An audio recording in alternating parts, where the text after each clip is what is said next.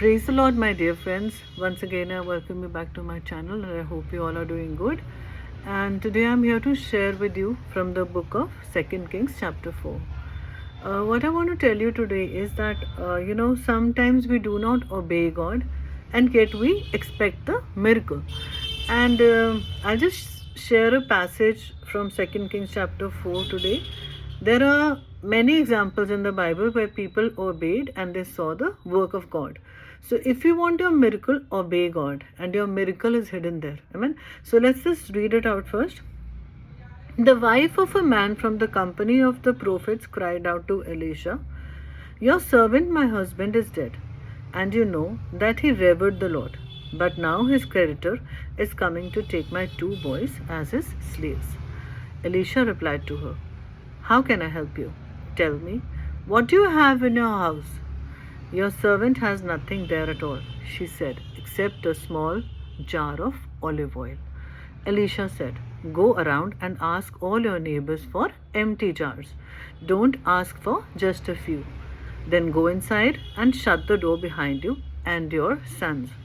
Pour oil into all the jars, and as each is filled, put it to one side." She left him and shut the door behind her and her sons.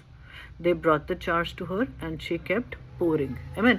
Now, as we read 3 and 4, what we understand here is that as Elisha gives instructions to that woman whose husband has died, he said, "Bring what?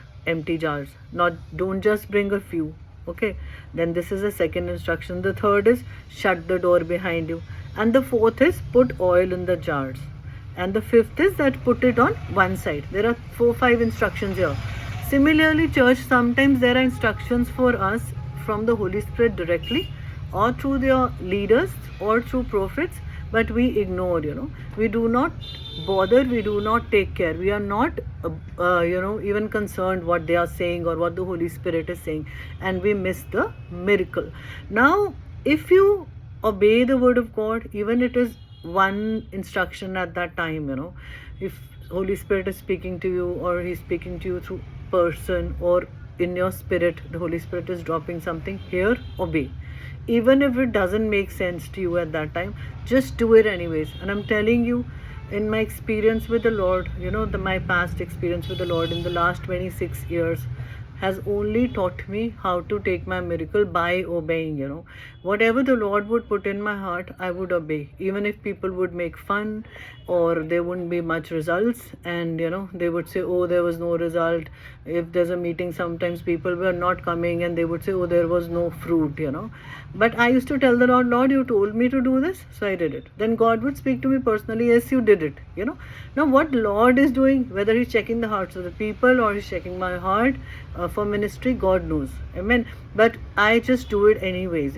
And so many times, like in my personal life, apart from ministry, when I have obeyed the word of God, in my secular things, like where I had to take a decision, or I'm praying and waiting on God, and God would say, "Do this." And sometimes I'm not waiting, certainly, suddenly an instruction would come, "Go boldly, do this, go ahead and do this. I want you to do this at this hour." And right now, as I'm in Punjab, I was supposed to stay here one more day, and the Holy Spirit told me that you're going to go tomorrow, though I had decided I'll go on Saturday. So, but how the Holy Spirit speaks to you, you have to be attentive to the voice of the Holy Spirit, and not just be attentive, be obedient to the voice of the Holy Spirit. Now, if we see here, church, it's not just making sense, that Elisha is saying that go bring some jars, so that this much oil can multiply. It's actually not making sense, but she is simply doing it. She's simply doing it, and each and every instruction has been obeyed. And what happens then? She left him and shut the door behind her and her sons. They brought the jars to her, and she kept pouring. When all the jars were full, she said to her son, "Bring me another one." But he replied, "There is not a jar left." Then the oil stopped flowing. Amen. She went and told the man of God, and he said, "Go, sell the oil and pay your debts." Now the debts had to be paid through this oil. If you and me were there, we must have thought, we would have thought, "Arey, how can it be done? It's not possible. Very weird thing this man is saying." I've seen so many people going on discussing things, not listening to the prophets, not listening to the elders, not listening to the instruction that is coming through people or it's coming directly. They are not bothered, They don't want to obey. They just want to do their head reasoning there. But if you simply obey, see what happened with Elisha, it can happen with you. He says, okay, go sell oil. So only that much oil, from that much oil, the debts had to pay. Debts had to be paid, and apart from that, you and your sons can live on what is left. It says. It goes on to say, Bible says, you and your sons can live on what is left. These words were spoken by Elisha. That means that oil was not just sufficient, but it was used to pay the debts, and then so much money was generated through that much oil, once it multiplied, that they could also live on it. What does that mean? That they didn't have to earn anything, and they were actually living by selling that oil. Imagine, church, just meditate for some time. So it was such a small thing and yet became a big miracle. Also, if you look at the life of Abraham, till he took Isaac, he put him on the altar. Till he did not put him on the altar, he did not see the miracle. So till you obey, you will not see the miracle. It's all about you and God. Not that we, start reasoning. When we get words from God, we reason, we find out, we ask, is it really from God? Do you think, sister, brother, pastor, do you think it is from God? I heard this. Go do it anyways.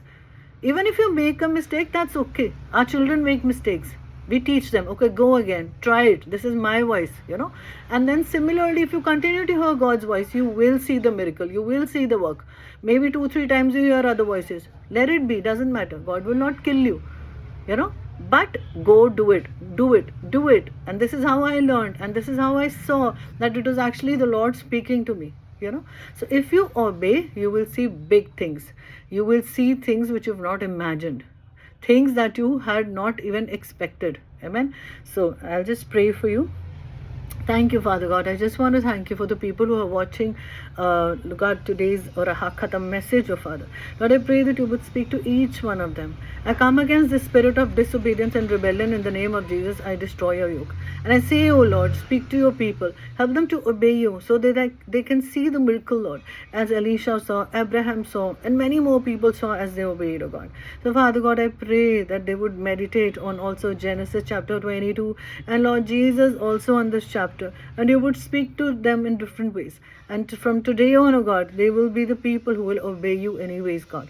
And Lord, they will see the miracle as they obey. They will see as they obey every instruction, Lord Jesus, even when it is not making sense to them. Because, Lord Jesus, your word says, oh God, trust the Lord with all your heart and do not lean on your own understanding. In all your ways acknowledge him, and he will make your path straight. Amen. Lord, your word says that you will instruct us and you will guide us. So Lord, help them to hear your instruction, hear your guidance, Lord. Be with them, guide them, O God. In Jesus' name, amen. May the Lord bless you all.